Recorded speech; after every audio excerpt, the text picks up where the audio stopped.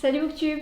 Je sais pas si vous avez remarqué, mais c'est vrai que dans mes premières vidéos, il y a très peu de livres physiques, hormis les graphiques, et j'ai énormément de livres en numérique, donc où je fais apparaître des couvertures comme par magie sur l'écran, hashtag la magie du montage. Et du coup, c'est vrai que je trouve que pour une booktubeuse, ou du moins aspirante booktubeuse, c'est assez singulier, et notamment vu ma passion pour les livres papier, parce que oui, malgré la miniature et malgré le titre, j'ai quand même une passion pour les livres papier, je vous rassure. Même si au final, si je ne l'avais pas, c'était pas très grave. Mais il y a plusieurs raisons qui font que dans mes premières vidéos, je n'en ai pas, ou très peu.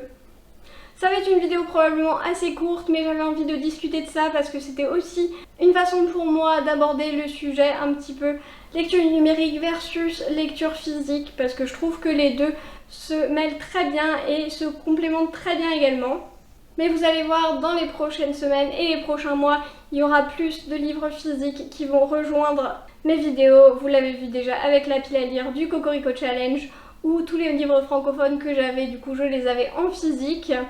Et il y a une raison très simple à ça, c'est que je suis encore en fin de déménagement et comme les livres c'est quand même le plus compliqué, le plus lourd et le plus relou à déménager, c'est un petit peu ce que j'ai fait en dernier. Voilà, j'avais ma liseuse avec moi, je pouvais lire ce que je voulais, donc ça me suffisait, mais là j'aimerais bien ramener la plupart de mes livres et de mes bibliothèques dans mon nouveau chez moi, donc c'est déjà une raison qui est suffisante.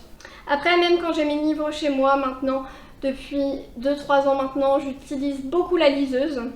Déjà parce que c'est plus pratique et je l'utilise pour une seule chose, ce sont tous les livres en version originale. Donc, tous les livres anglophones que je les lis en anglais, vous avez sûrement remarqué. Et je n'achète plus les livres en VO, en physique, parce que donc déjà je ne veux pas trop utiliser Amazon, parce que mauvais traitement des employés, pas écologique, pas local, tout ça.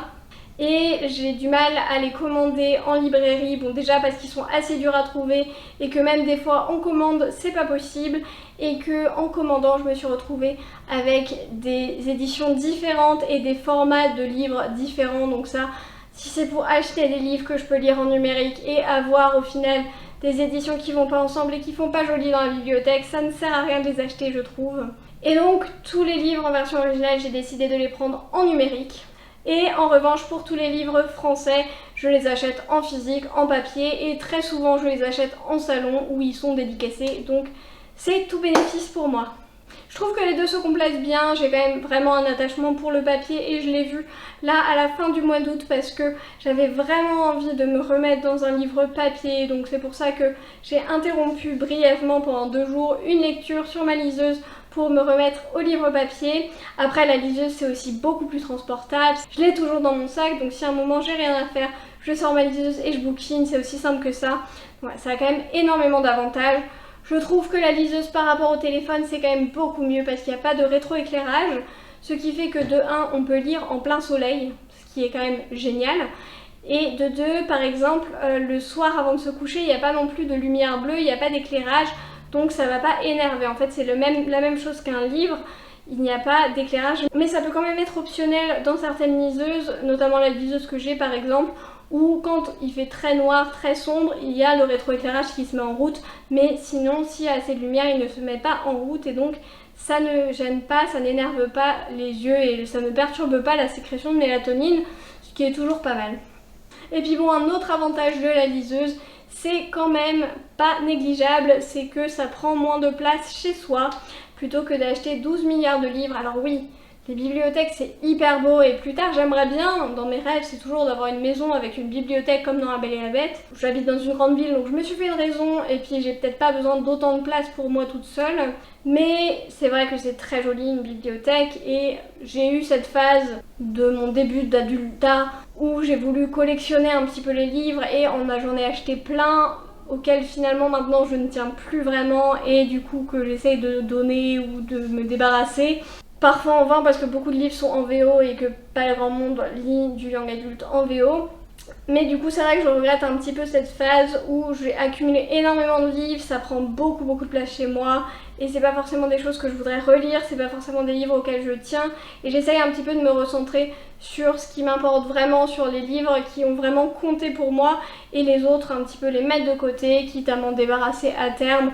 C'est pour ça aussi que j'aime bien les livres dédicacés, parce que même si le livre ne m'a pas transcendé, c'était toujours un moment avec un auteur, donc ça a toujours des émotions positives et des émotions associées à un moment, un événement qui sont toujours positives et ça me rend toujours heureuse de les voir dans ma bibliothèque. Mais si vous aimez collectionner les livres, avoir une très belle bibliothèque chez vous et que vous avez la place pour la mettre cette bibliothèque, alors allez-y, il n'y a aucun mal à ça.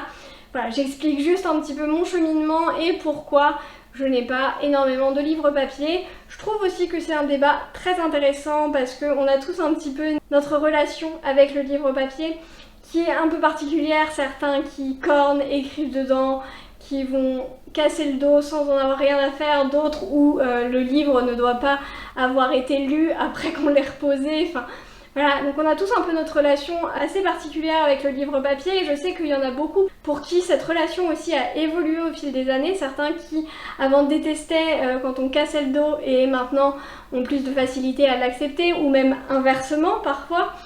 Certains qui cornaient les pages et qui depuis ne les ont plus cornées, etc. On a tous un petit peu nos petits trucs qui nous dérangent ou qu'on a remarqué et c'est intéressant, je trouve, d'en discuter. Alors venez parler de ça, de votre relation avec le livre papier, de votre relation avec le livre numérique également. Peut-être qu'un jour je ferai aussi une vidéo pour discuter un petit peu du livre audio. Voilà, cette vidéo a été très très courte, mais je trouve que c'est un sujet intéressant. Pour moi personnellement, ça c'est mon cheminement. Je n'ai pas grand chose de plus à en dire, mais j'ai vraiment envie d'avoir vos commentaires et de savoir ce que vous en pensez. Donc venez me dire en commentaire. Sur ce, on arrête tous de procrastiner, on va prendre un livre et moi je vous dis à la prochaine.